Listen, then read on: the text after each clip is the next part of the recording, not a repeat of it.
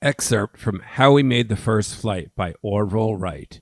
In 1903, brothers Wilbur and Orville Wright conducted various experiments related to flying machines. These experiments would eventually lead to air travel becoming a reliable form of transportation.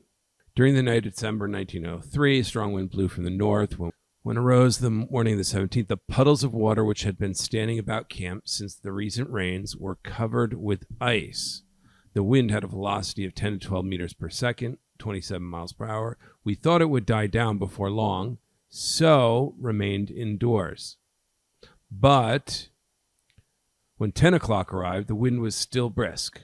We decided we'd better get the machine out and attempt flight. We hung out the final signal for the men's life-saving station.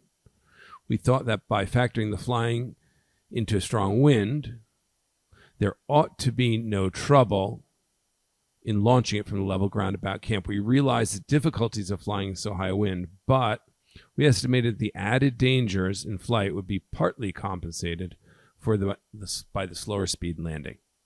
Final preparations. So first thing, they're trying to get out to attempt a flight back in 1903, and it's very windy. It was raining, and now it's frozen over, and they can't get it out. But, sort of later in the morning, they have to. They decide they better make a run for it.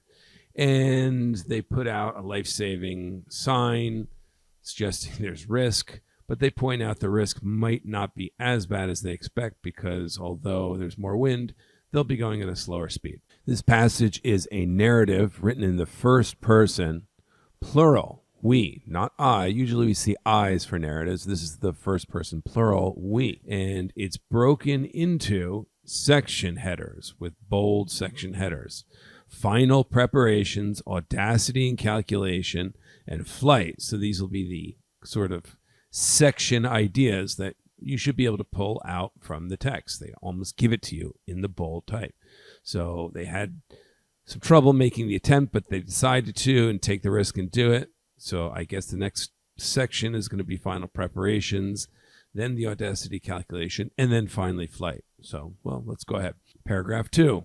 We laid the track on a smooth stretch of ground about 100 feet north of the new building. The biting cold wind made the work difficult, and we had to warm up frequently in our living room, where we had a good fire in an improvised stove made of a large carbide can. By the time all was ready, J.T. Daniels, W.S. Dowie, third member of the Kill Devils, had arrived.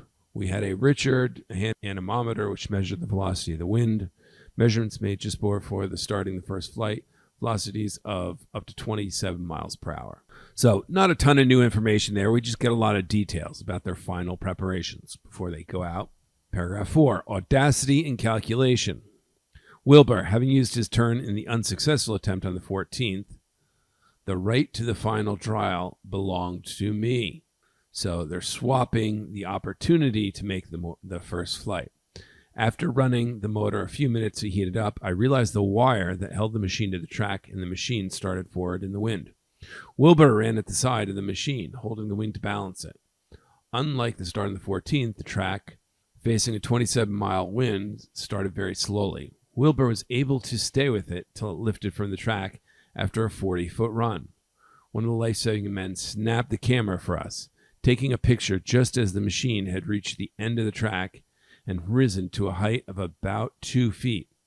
The slow forward speed of the machines over the ground is clearly shown in the picture of Wilbur's attitude. He stayed alongside the machine without any effort. Okay. Final section, flight. The course of the flight up and down was exceedingly erratic, partly due to the irregularity of the air, partly due to lack of experience in handling the machine. The control of the front rudder was difficult on account of being balanced too near the center. It gave a tendency to turn itself when it started, so that to turn too far to one side and then too far to the other. As a result, the machine would rise suddenly to about 10 feet and then suddenly dart for the ground.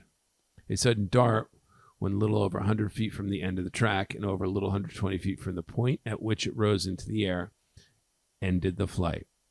As the velocity of wind over the 35 feet per second and the speed of the machine over the ground against this wind 10 feet per second, The speed of the machine relative to the air was 45 feet per second. Okay, so they're doing a speed calculation here. And the length of the flight was equivalent to a flight of 540 feet made in calm air.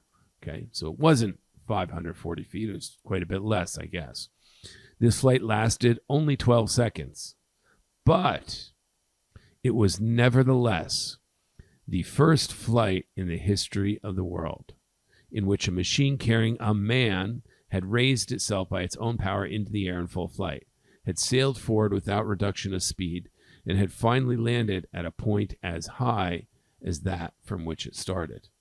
So, not a huge accomplishment in terms of just the numbers, but an historical accomplishment, not a particularly long passage. I think we're ready to answer the questions.